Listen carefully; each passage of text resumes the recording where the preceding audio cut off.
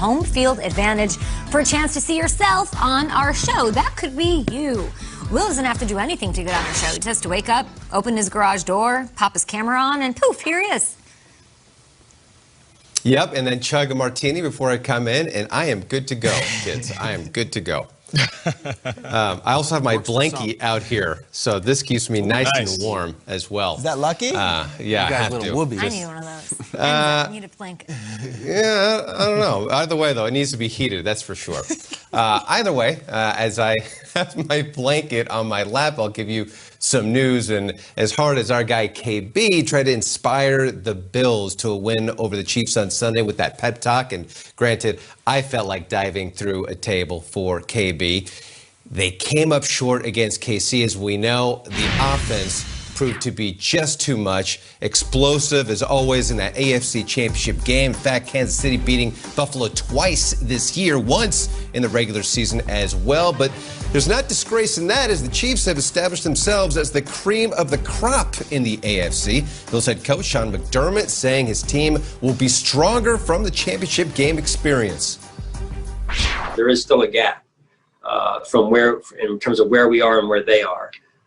And it's just not one answer as to that solves that problem.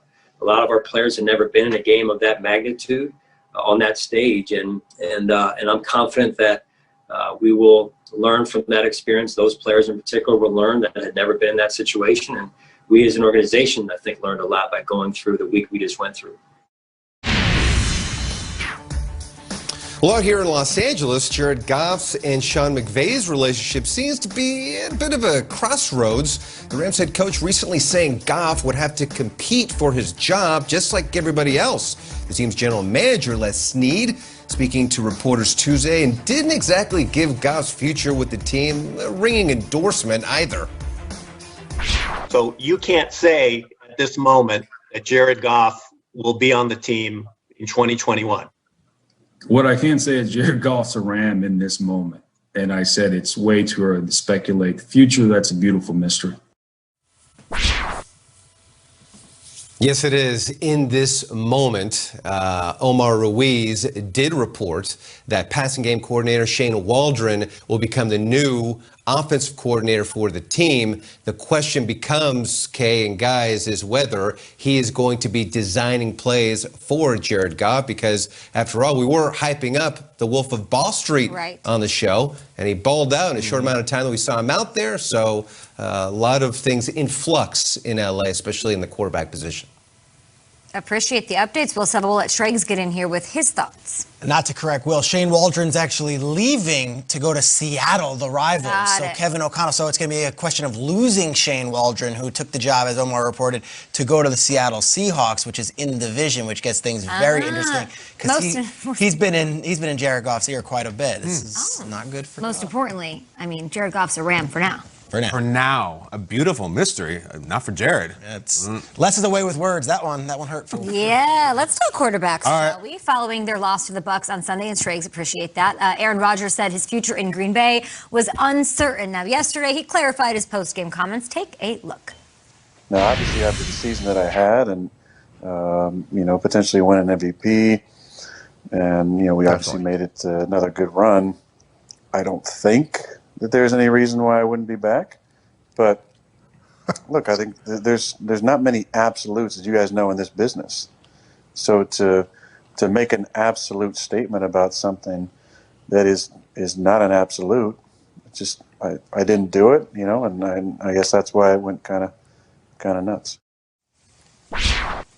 Yeah. We talked about this a lot, Nate. Everybody's talked about it since making those comments.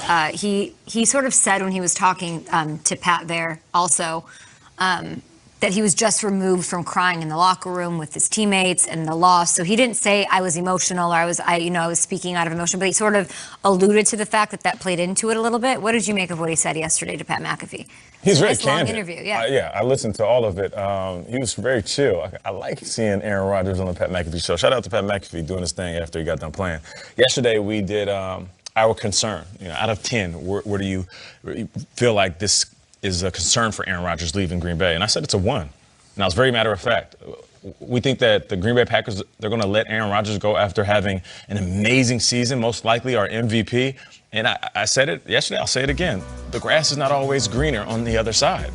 The grass is greener in Green Bay for Aaron Rodgers. He has a great tight end, a great wide receiver, and the only thing that is going to change is him having more involvement in the decisions that are made on this team. And I feel like that's where he's at right now. After taking a breath, letting his tears out, his frustration out, I feel like he understands the best place for Aaron Rodgers right now, not saying he'll finish his career, right now is Green Bay. You know, Rodgers does the media differently. Like, I think that the reaction to this is amusing nationally because this is how he's talked all season. Like, he's extremely candid. He has a vendetta against cliches. And, you know, we know this. Kay, you spoke to him. I spoke to him. If you watch McAfee's show, this is kind of how he talks all the time in absolute honesty, which is why I think one of the things I took away from him talking to McAfee yesterday was when he's like, the whole thing about I'm not certain I'm going to be here is like, it's nothing I haven't said before. I've said this over and over and over. And he's just saying, look, I don't know for sure. Maybe they'll decide to trade me. I don't know that. What I know is he wants to be there. And I think he's going to be there. And when you hear Mark Murphy, the president, say there's no way in heck he's not going to be there, I think that's just a fact. At some point, they have to sleep in the bed that they made with drafting a quarterback. Right. I don't think it's going to be in this offseason. I don't think it's maybe going to be in the next one.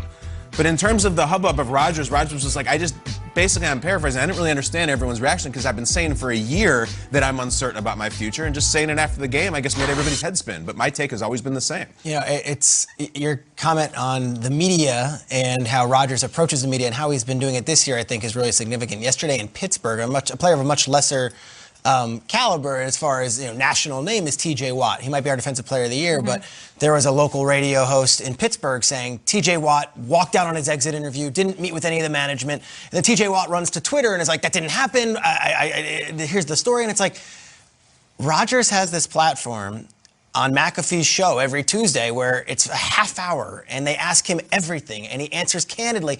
So if he didn't have that platform or he didn't feel comfortable enough to talk that way, we would be talking Aaron Rodgers every other day on this show, all throughout the offseason.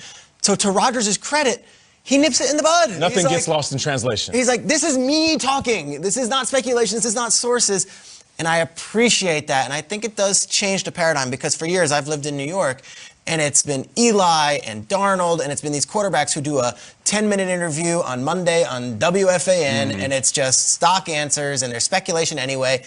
Rodgers tells it like it is, and I think it's so refreshing that we hear it directly from the source so that speculation from people at our table, on other networks, on other shows, it doesn't have any validity because Rodgers speaking himself is going to be the ultimate source. Do you think we see this going forward with more quarterbacks popping onto their own podcasts, using their own voices? Former players do. Their current players have their own podcasts and things going on. It was such a positive PR move, whether that was the point of him doing it or not, or really just wanted to go kick it with his friends.